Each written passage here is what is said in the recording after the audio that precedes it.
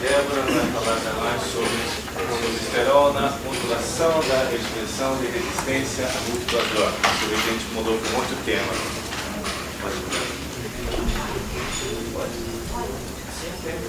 Sim, está perto. E eu peço que você fale no microfone. Bom dia, meu nome é Débora e a gente vai falar um pouco sobre colesterol na modulação da expressão de gene de resistência a múltiplas drogas. Eu não sei quem aqui trabalha na área de biologia, quem trabalha na área de física, então eu preparei uma parte um pouco básica, inicial, de colesterol, de como é feita toda a parte dele, né, de entrada na célula de síntese, para depois entrar nessa parte de resistência e colesterol mesmo. Então, primeiro a gente tem que falar de receptores de LDL e da LDL em si. Então a LDL é o principal carregador de colesterol na circulação humana. É ela que a gente vai, quando a gente está trabalhando em colesterol em resistências, a gente acaba trabalhando sempre com a LDL. Então assim, é um grupo heterogêneo de partículas, sendo que elas têm diferentes tamanhos, composição e estrutura. É uma população polidispersa de componentes que tem uma densidade que varia entre 1,019 a 1,063 mg por ml. Então, essa é a carinha da estrutura da LDL. Ele contém um núcleo. Esse núcleo é formado principalmente por colesterol esterificados e ácidos graxos de cadeia longa. Ao redor ele tem uma monocamada lipídica, que são compostos de fosfolípides, moléculas não esterificadas de colesterol. E o importante é que todas essas partículas de LDL, ela tem uma molécula proteica, que é única, ela tem um peso molecular de 500 kDa, sendo que essa molécula proteica, a função dela é organizar a partícula e a ligação ao receptor. A parte proteica é a parte que vai fazer a ligação diretamente ao receptor de LDL. Então, né, a gente tem a membrana lipídica, o receptor que está para fora dessa bicamada, o receptor transmembrânico, e a LDL, sendo que a sua ligação ao receptor envolve uma apoproteína. Normalmente é a APA1 ou a APA2 que está ligado. Bom, os receptores. Então, como é feita essa captação, como é feita essa LDL para dentro da célula? Então, ela é feita através de uma endocitose que é mediada pelos receptores. Então, como isso acontece? Então, as células, elas produzem as partículas receptores que são transmembrânicas, que se inserem na membrana. Esses receptores, eles vão se difundir pela camada lipídica e vão se associar a fossas que são revestidas de uma substância chamada clatrina. Sem essa substância, você não consegue fazer a ligação e a internalização. Então, após a ligação da LDL aos receptores, eles são internalizados, eles vão formar, então, uma vesícula que é revestida tanto de catrina quanto de fosfolípides. Eles vão ser internalizados, a clatrina depois ela é novamente reutilizada e o conteúdo lipídico vai ser entregue aos endossomos. Esses endossomos, eles têm pH baixo. Com isso, os receptores vão ser liberados da LDL e a parte da LDL vai ser entregue aos lisossomos. Dessa forma, nos lisossomos é onde que vai acontecer a quebra da LDL em ésteres de colesterol, que são hidrolizados em colesterol livre. E o excesso de colesterol livre vai levar à diminuição da síntese das proteínas receptoras de LDL e à diminuição do seu conteúdo interno. Então, só para mostrar, esse aqui então é a forma que fica os receptores. Então, você tem a proteína que se liga, são adaptatinas que ligam a clatrina. Quando a LDL se liga, elas vão formar vesículas que vão ser internalizadas. Então, esses receptores são muito importantes, porque toda a captação é feita através deles. Então, muitas vezes, existem genes defeituosos, onde as pessoas não são capazes de captar, né, receptor de LDL, e algumas vezes, em alguns tipos de hipercolesterolemia familiar, você pode ter ausência total de receptores. Também existe defeitos no sítio de ligação, onde você não tem a ligação da molécula ao seu receptor, e também você pode ter defeitos na entrada. Você consegue fazer a entrada, mas você não consegue fazer a liberação da LDL desses receptores. Então, só para mostrar, minha figura, acho que faltou uma parte, mas tudo bem. Então, você tem a ligação do receptor LDL, eles são internalizados, você tem nos lisossomos o seu efeito, onde você vai ter a quebra dele em ácidos biliares, ácidos graxos, cadeias de colesterol, e com isso você vai ter a ativação da HGN-CoA redutase para diminuir a síntese endógena, e ao mesmo tempo você vai ter a ACAT, que vai transformar esse excesso de colesterol em gordura para ser armazenado. Então, essa foi só uma passada sobre como é feita essa internalização da LDL. E agora, a gente trabalha muito com lá no nosso laboratório com a parte de resistência a múltiplas drogas. Então, a nossa pergunta quando a gente trabalha com resistência a múltiplas drogas é por que essas drogas anticâncer, elas falham em matar o câncer, elas falham de ter um efeito.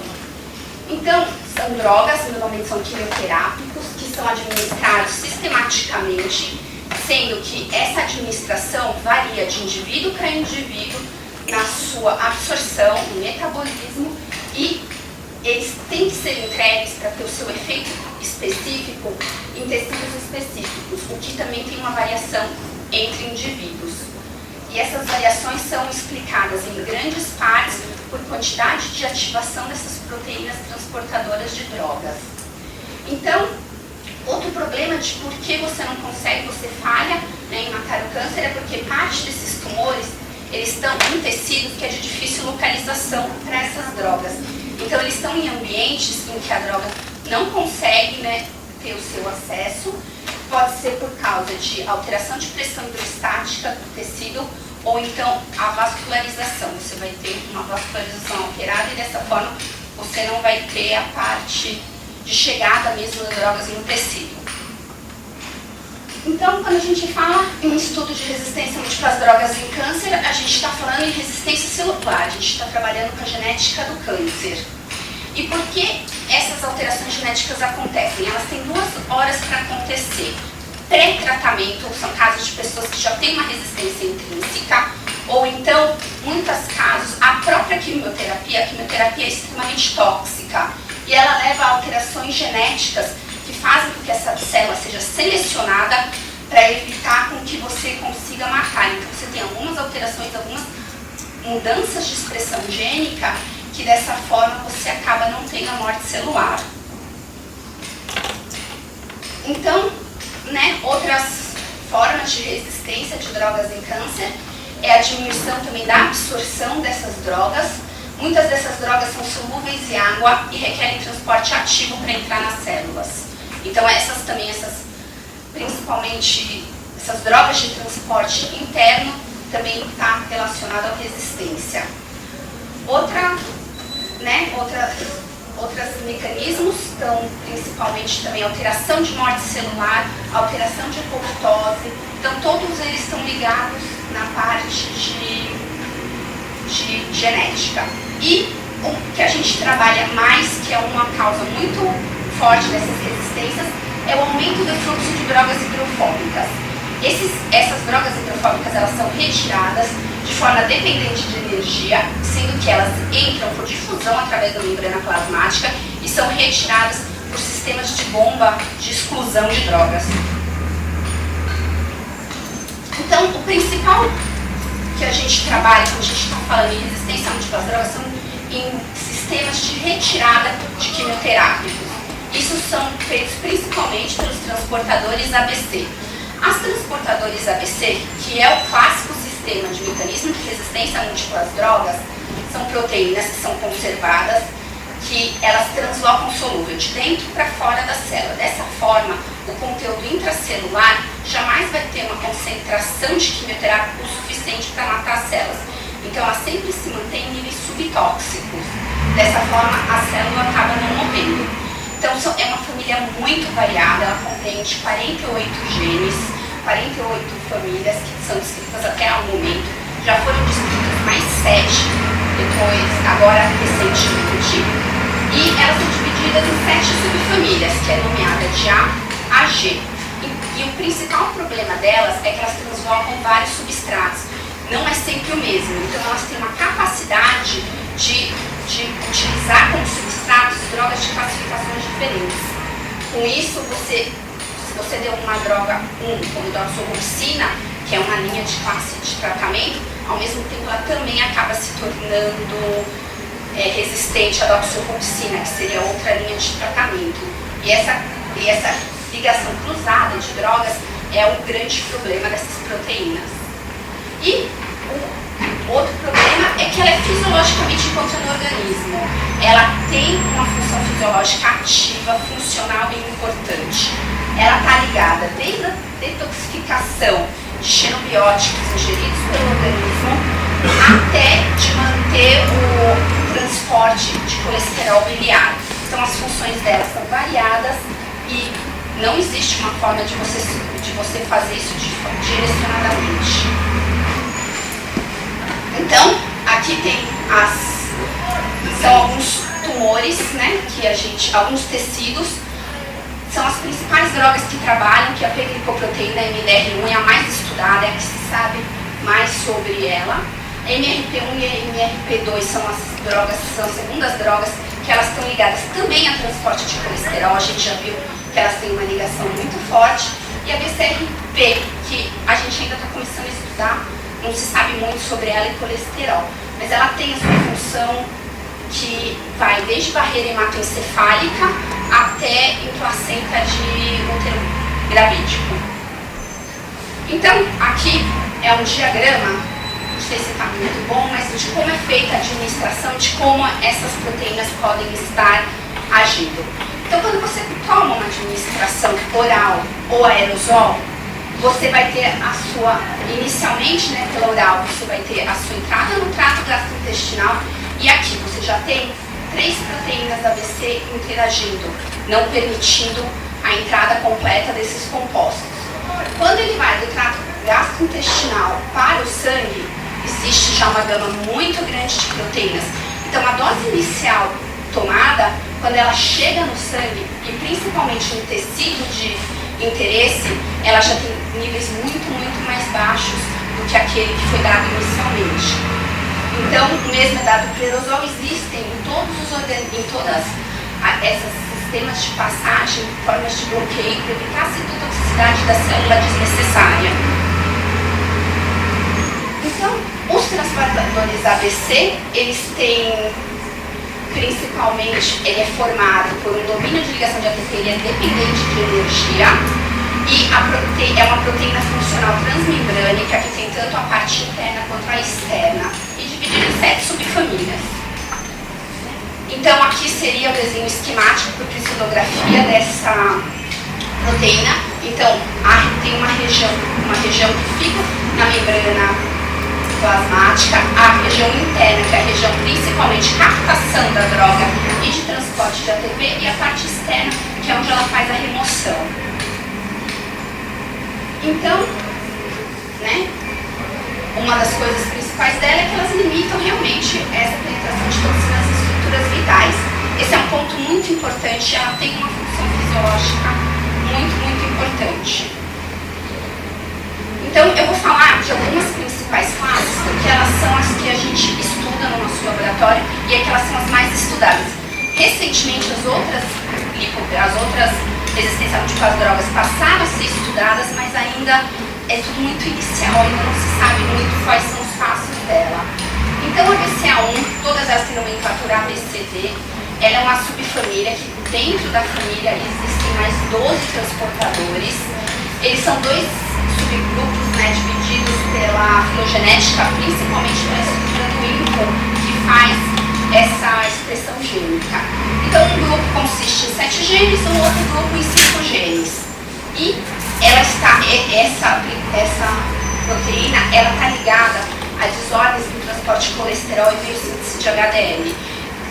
Essa proteína que faz com que o HDL receba uma carga de colesterol. E a BCA4, que também está ligada a transportes de vitamina A, quanto a visão, né, está presente em células fotorreceptoras.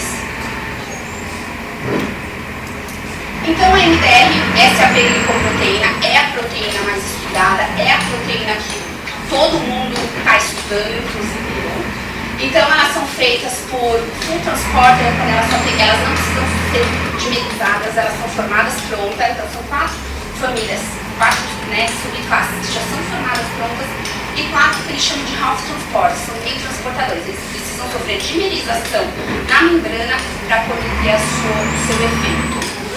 Tem a sua função, principalmente no fígado, colesterol, ela está muito ligada, principalmente a DF3, a síntese de colesterol, e ela também está muito envolvida na secreção de ácido biliar. Também tem a ABC2 e a ABC3, que está ligada à apresentação antigênica das células, e existem ainda alguns ABCs que a gente não sabe o que é o ABC9, a gente sabe que está localizado no lisossomo, mas não se sabe a função biológica dela. E a 6, a 7, a 8 e a 9, ela tem uma ligação de metabolismo de ferro. Então, sua classe MRP também, que é bem importante, que são os ABCC, eles já são diferentes. Esse ABC, ele está ligado à conjugação de glucorinatos para fazer a parte do transporte. Então, ela vai conjugar as drogas à glutationa para poder ter a sua ação biológica. Também são várias classes, vários genes, o mais estudado é o MRP1 e o MRP3. Os outros, a gente sabe de características químicas dela. Um não tem domínio N-terminal, mas por que também não se sabe. São várias, então só para mostrar para vocês que muitas delas estão ligadas a transporte de cadeia de ácidos graxos, a transporte de colesterol. Mas o envolvimento real, como é feito, ainda requer estudo. Mais duas também são proteínas ligantes, que produzem resposta imune. A White também está ligada a gente de resistência a múltiplas drogas, mas não se conhece bem aqui. E o MDR, novamente, ele é tão importante que a gente coloca ele.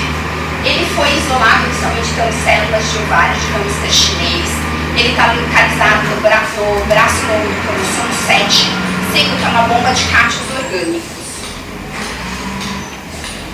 Ele é uma proteína transmembrânica fosforilada e glicosilada, composta de 1.280 aminoácidos, que tem um peso molecular de 170 kDa.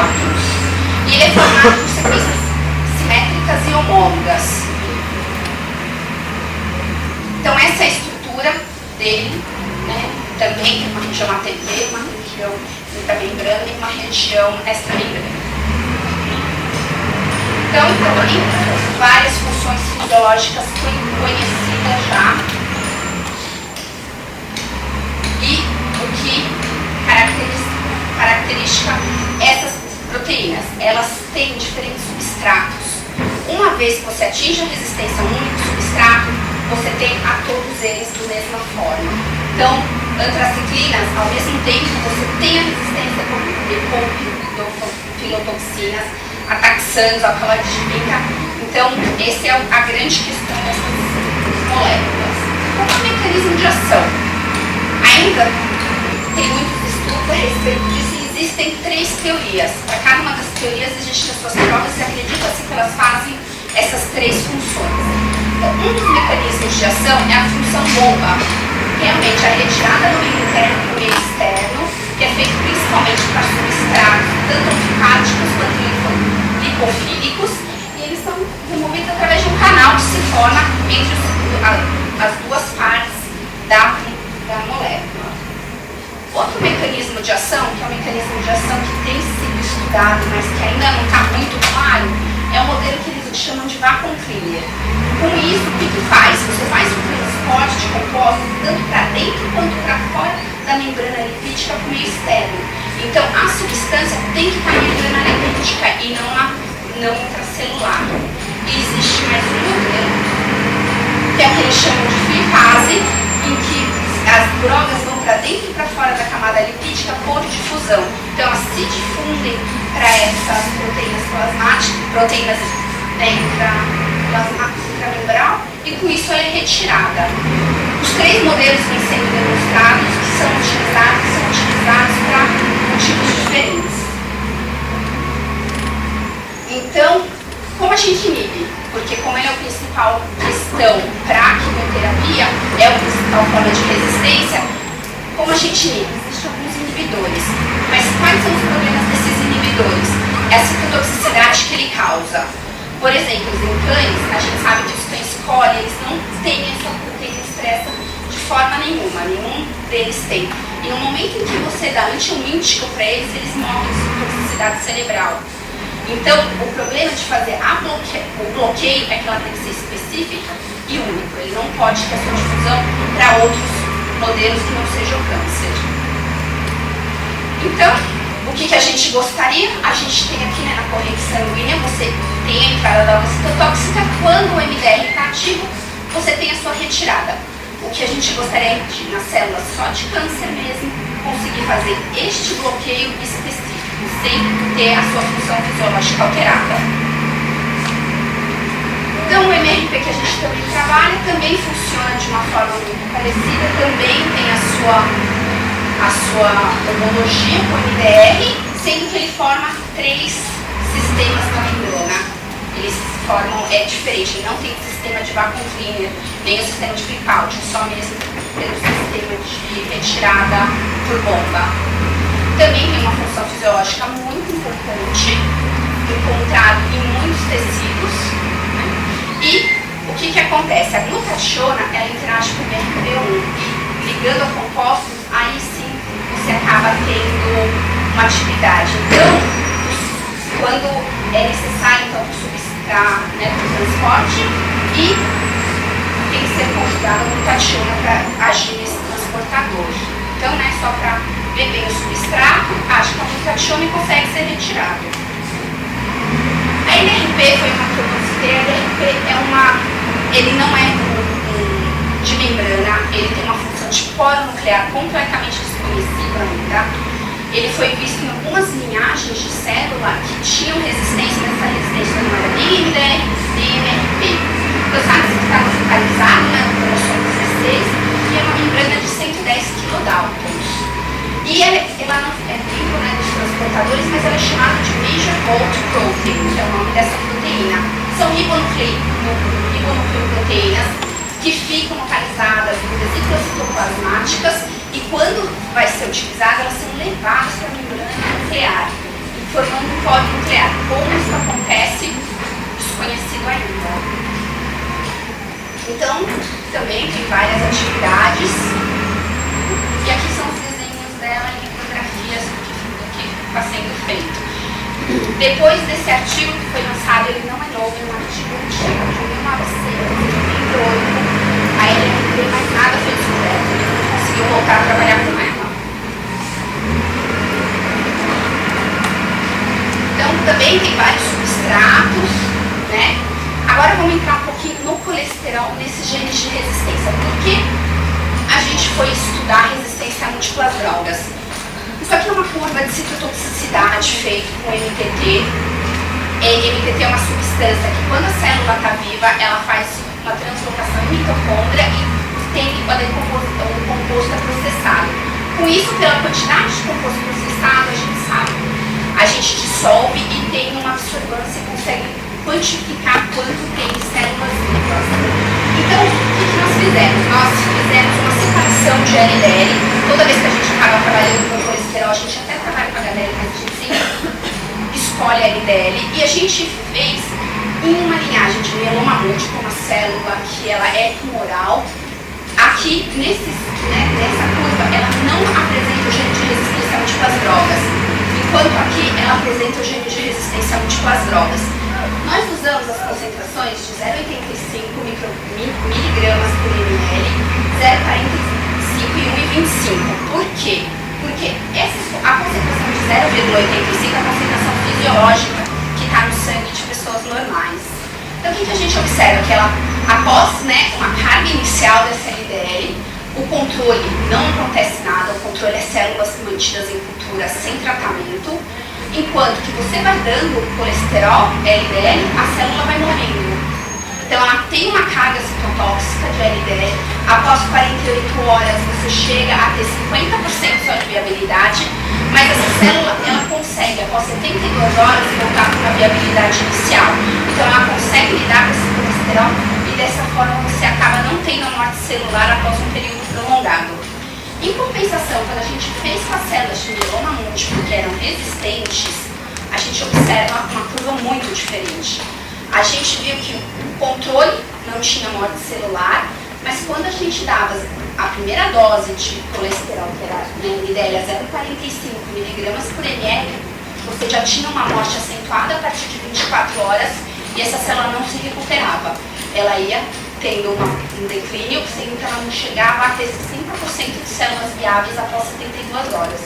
Na maior dose dada, que foi 1,25 mg por ml, após 72 horas você não tinha nenhuma célula viva, elas estavam todas mortas. O que essa linhagem tem diferente é essa? Uma única coisa, P-glicoproteína MDR. Então, por que essa célula estava tendo um metabolismo diferente? Isso a gente ainda está trabalhando um pouco nisso. Então, só para vocês terem uma ideia de... Aqui também foi feito em colaboração com a veterinária, só que são cães portadores de linfoma. E a gente foi ver se o tratamento com a quimioterapia, nesse caso não era o colesterol, era mais quimioterapia, o que essas proteínas iam estar sendo expressas antes, depois, o que a gente já teve alteração. Então aqui é o MDR, o MRP e o BCRP. As nomenclaturas vão mudando com o tempo, eles já mudaram de novo, então cada hora a gente acaba usando uma expressão, um nome diferente.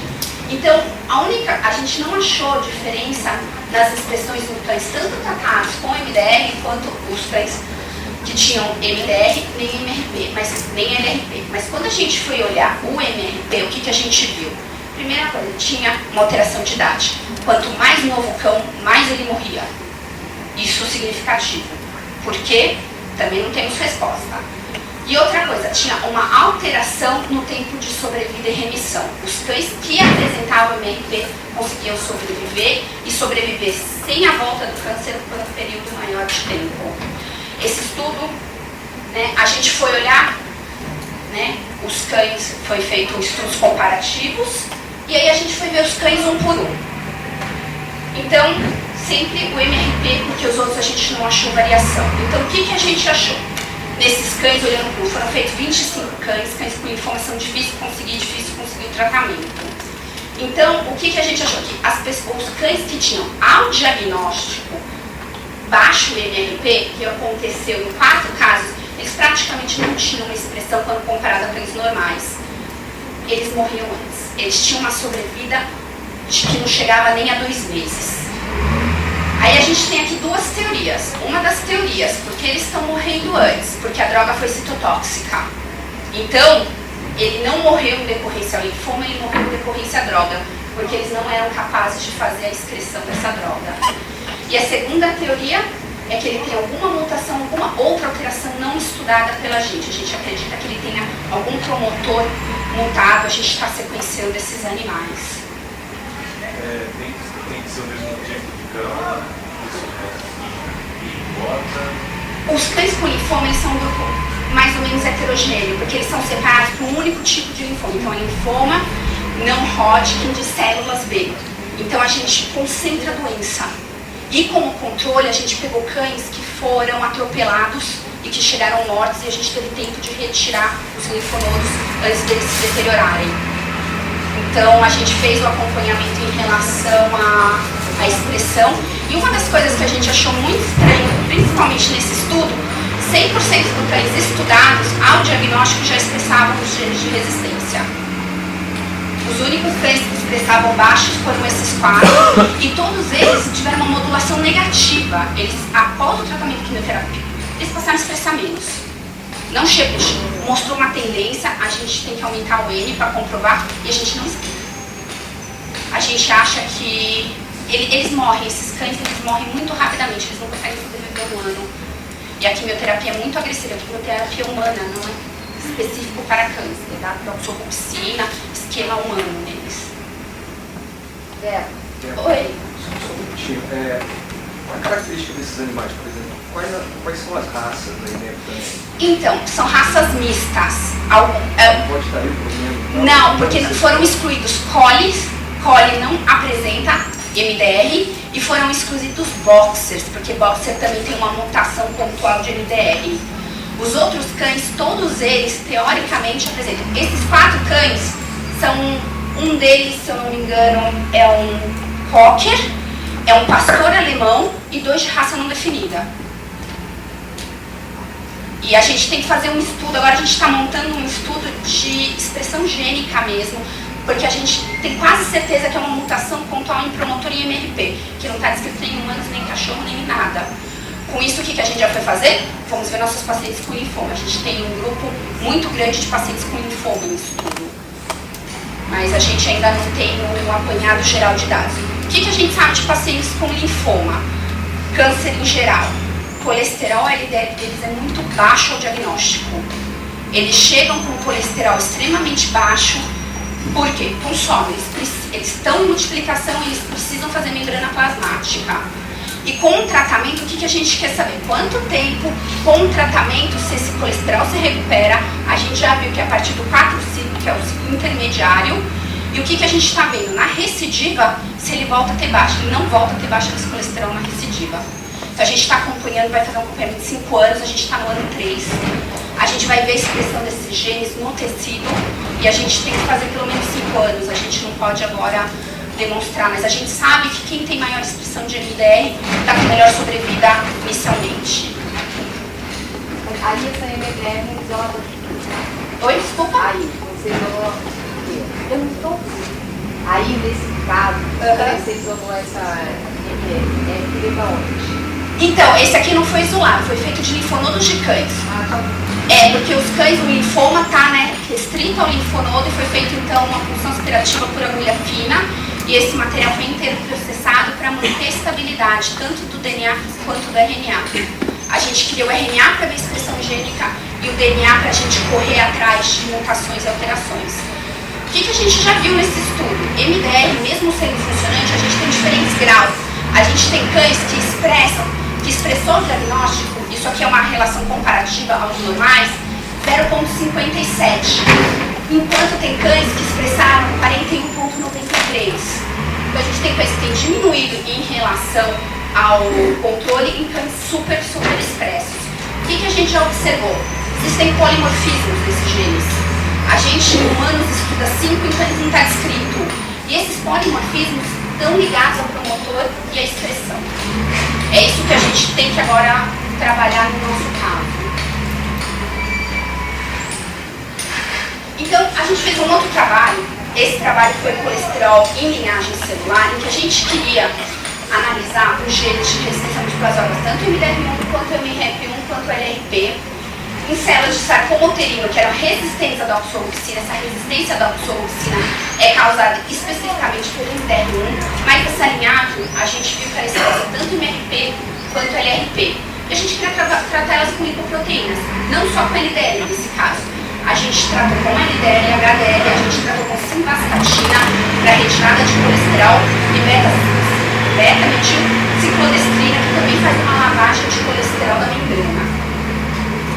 Então, novamente a gente fez a separação toda das lipoproteínas por ultracentrifugação nesse caso. A gente faz uma ultracentrifugação com gradiente de densidade, que com isso a gente consegue ter 4 frações. A de quilomicro, que a gente não trabalha e acaba jogando fora. A gente tem o soro, que é deficiente de lipoproteína. Então ele tem todas as suas substâncias, seus hormônios, com o intuito de fazer o crescimento celular, menos as lipoproteínas. A gente extrai LDL e HDL. A gente checa por géis, por dosagens para ver a pureza e a gente consegue até 98% de pureza. Então, nesse caso, a gente foi ver a expressão desses genes na ausência de soro fetal bovino. Mas ele não é sem o soro fetal bovino, né? Ele é usado em cultura para manejo, para você manter níveis de colesterol e fatores de crescimento. A gente colocou o soro deficiente de lipoproteína, porque senão essas células em 72 horas morrem. Então, o que a gente viu? Que a gente tinha uma expressão do gene MDR, que era basal, a gente costuma considerar 1, porque a gente faz uma modificação relativa, então a gente está relativizando ao controle. O que a gente observou? Que quando a gente coloca após 24 horas, a gente tem uma explosão da expressão desse gene, ele aumenta 47,5 vezes. O que a gente acredita? A célula está tentando usar o MDR para fazer a captação do colesterol. Então, o MDR tem uma grande função de captação de colesterol também. Após 48 horas e 72 horas, você começa a ver uma queda dessa expressão.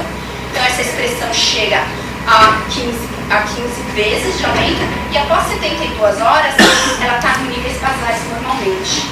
Então, nesse caso, a gente vai ter um aumento de todo o sistema, né, de HGF de receptores, mas a gente não esperava o MDR aumentado também a esses 47%, foi muito alto. Quando a gente foi ver o MRP, ele já se comportou levemente diferente. Ele chegou, né, o basal a expressão é 1, e após 24 horas ele teve um aumento de 2,75 vezes, e ele se manteve nesse aumento após tanto 24, 48 quanto 72 horas, não teve uma queda. O LRP, ele teve um aumento pequeno em 24 horas, mas ele não foi significativo, nem 24, nem 48, nem 72 horas. Então a gente, né, teve um aumento do MDR1 e o MDRP, mas não teve um aumento na expressão do LRP. A citotoxicidade da LDL, né, que era a nossa questão inicial, a gente fez uma curva mais detalhada para comprovar essas curvas de citotoxicidade, o que a gente quer demonstrar? Que essa célula ela é dependente tanto de concentração quanto de tempo. Então você vê as diferentes concentrações matando e os diferentes tempos. A gente não consegue trabalhar muito bem a 72 horas, porque o RNA fica muito ruim. Quando a gente está trabalhando com expressão, esse RNA já está muito desgastado. Então a gente usou como controle 48 horas. Na hora de dar essa sobrecarga, a gente preferiu fazer ela inteira em 48 horas. Então, dos diferentes genes, quando a gente dava 48 horas essa sobrecarga de LDL, o que a gente observava? No MDR, um aumento também muito significativo, chegou também a subir quase 50 vezes, tempo e concentração dependente. A gente consegue ver a concentração 0,45 não afetou, mas em compensação as outras teve um aumento muito grande. No MRP, só as duas últimas concentrações tiveram aumento, sendo que 0,85 é o fisiológico. Quando eu estou falando 0,85 miligramas por ml é de proteína, a gente não dosa a carga de colesterol. A gente só tem cuidado de ver nas diferentes preparações de LDL se o colesterol interno tem uma variação superior a 10%. Então, aqui a gente está sempre dosando a poliproteína. E o LRP teve o mesmo, algo muito similar ao MRP. Então, teve, né, o aumento da expressão. E aí a gente foi ver a HDL. Como vai reagir a HDL? A HDL não é citotóxica. A gente pode dar as maiores concentrações, a gente não conseguiu achar a concentração citotóxica dessa lipoproteína. E aí o que também a gente observou? Agora também é outra coisa que a gente tem que estudar muito, que a gente não responde. Nas doses mais baixas, a gente tem um aumento de meia vez, ele vai para 1,5 vez da expressão em relação ao controle. Mas as doses mais altas inibem a expressão do MDR1. Então a gente tem um aumento significativo na dose de 0,65, porém quando a gente vai da 0,85 até 0,95, tem uma diminuição. No MRP não tem ação, e no LRP só as doses mais baixas tiveram ação inibitória, não tiveram as doses mais altas.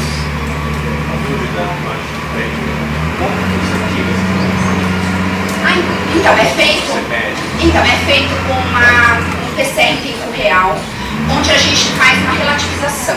Então quando a gente trabalha, a gente sempre faz o controle. Isso daqui, todos esses experimentos, é a média de uma triplicata de 3 experimentos.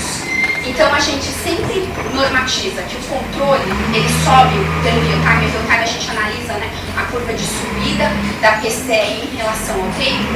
A gente observa que ele sempre cai o controle no mesmo tempo de subida, e a gente sempre relativiza que é muito. Existem contas matemáticas que foram feitas por Livac dessas codificações, que é um método chamado 2 elevado a menos delta-delta-CT, que é bem aceito. Então, na verdade, assim, ela tem uma conta matemática, eu sei se eles quiserem, depois eu te mostro, mas ela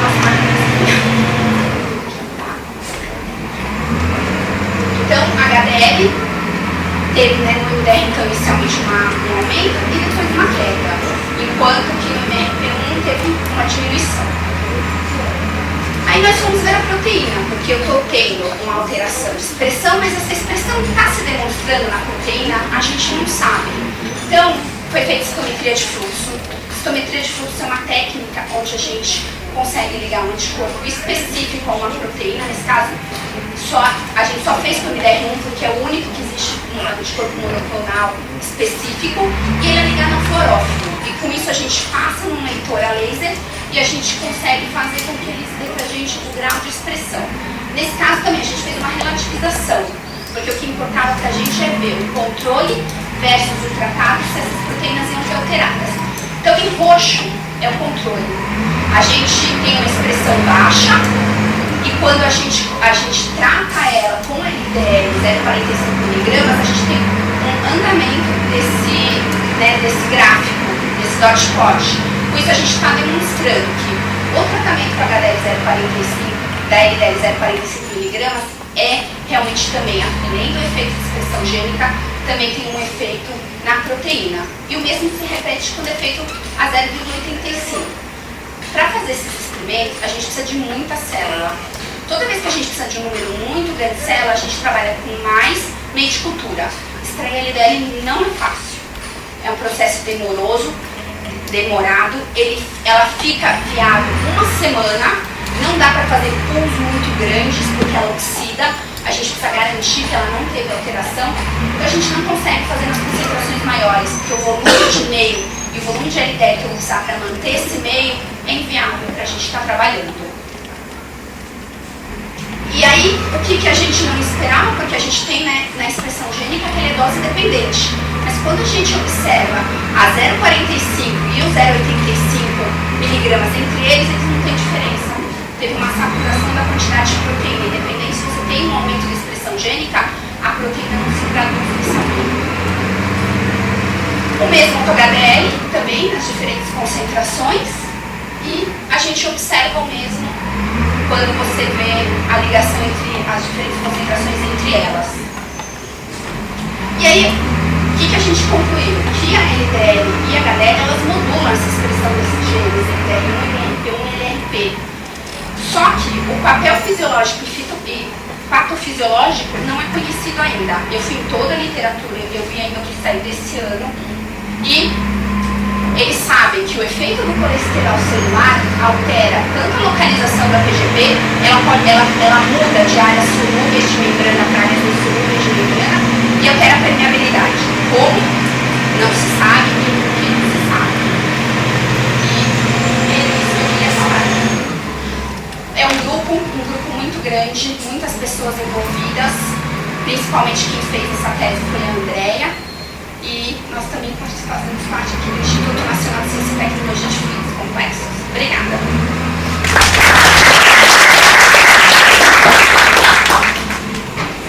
Zé, outra pergunta. Essa LDL que você coloca em 72 horas, ela não pode ser tóxica porque ela está funcionando? A gente fez o teste, a gente testou oxidação. Toda vez a gente fez alguns testes anteriormente, a gente fez oxidação por T-VARS, a LDL oxidada, algumas coisas mínimas, não muito. E o que a gente observou? Que tanto 24, 48, 72 horas no sobredadante, na hora que a gente fazia peroxidação lipídica, análise de T-VARS, não tinha essa oxidação. Mesmo em 72 horas em meio de cultura, ela se mantém. Não é pelo método de oxidação, não é por oxidação lipídica que ela tem um efeito citotóxico. Porque se fosse, ela também teria nas células que não são resistentes. Você chegou a colocar oxidado? Coloquei oxidado. Oxidada mata tudo. Mata tudo. A gente oxida com cobre, né? Em temperatura estável, mata tudo. Não sobra célula viva nem em 48 horas. Mas a gente sabe que é a LDL modulando pelo fato da linhagem que a gente tem, a mesma linhagem que não expressa LDL quando que expressa. Você não acha que então não é oxidação? Não é oxidação, eu tenho certeza. A gente testou, foi a nossa primeira teoria. Oxidou, matou a célula. Não é o caso. A gente fez após 72 horas no sobrenadante vários testes de oxidação, deram todos negativos. Se eu entender, você consegue ver essas coisas em tela dentro da própria célula. As partes de citotoxicidade sim, e a parte de expressão gênica não é em tempo real, porque a gente precisa fazer a extração desse RNA. E após a extração, o solvente que a gente usa a gente faz uma extração do solvente, que é fenol, a célula não está mais viável. Mas você postou uma lista grande de Isso.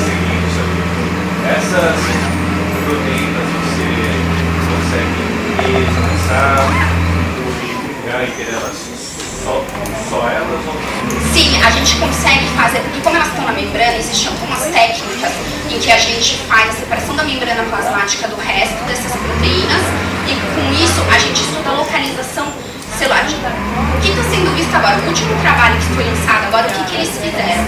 Eles solubilizaram membrana e foram ver em diferentes concentrações de colesterol onde estava essa parte. Estava na parte proteica, na parte solúvel, e eles observaram que quando você dá colesterol, ela migra da parte solúvel para a parte insolúvel, ela se liga mais às proteínas. Então, o único estudo que tem exatamente como está sendo feito, como está sendo feita essa migração, que tem que fazer no meu consultório.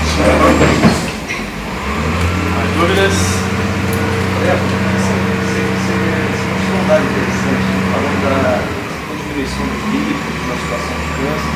Bem no começo você falou de algumas patologias relacionadas à base genética. Você tem ausência desses HF, O problema é quando você tem ausência do receptor, a LDL não é internalizada, então você tem uma sobrecarga em sangue. Então são os casos de hipercolesterolemia familiar. Então, nesses casos, os indivíduos têm uma maior. Mas será que eles podem morrer antes desse cardiovascular? Estamos estudando, a gente está estudando. O que a gente. Então, a gente fez um levantamento de câncer em pacientes com hipercolesterolemia familiar no ambulatório do INCOR. A gente está levantando os dados. E a gente viu que tem diferença entre os casos de hipercolesterolemia e os casos normais. A gente não sabe qual direito ainda. A gente está fazendo levantamento de prontuário, que não é uma coisa muito simples. Porque o que acontece? Eles tomam simvastatina, eles não ficam hipercolerêmicos. Você trata esse paciente. E a simvastatina é um inibidor natural de MDR. Isso também já é conhecido. Então, os tratamentos de colesterol alteram a resistência à multiplazão, alteram essas proteínas. Então, a gente está fazendo acompanhamento, tem que ser de novo 5 a 7 anos, desses pacientes, para ver quais deles desenvolvem câncer ou não. Acho que a gente está no ano 2 desse trabalho aqui, é tudo meio longo, né? Outra questão, você falou também dos transportadores da HDL. Você está trabalhando com o HDL, visto que a gente tem frações de HDL, cada um exerce um tipo de função. Sim. Será que não seria algum dado mais interessante você fracionar essa HDL para ter uma resposta mais específica? Vendo que você tem Sabe exatamente como? Saber se A1 é um tipo, se é B1 é outro tipo. Sim, a gente precisa, como o efeito da HDL é bem diferente da LDL, né, a gente precisa sim analisar as subtrações, a gente tem que ver exatamente qual tem efeito, se todas têm efeito, se o efeito é causado por um sim, isso precisa ser feito.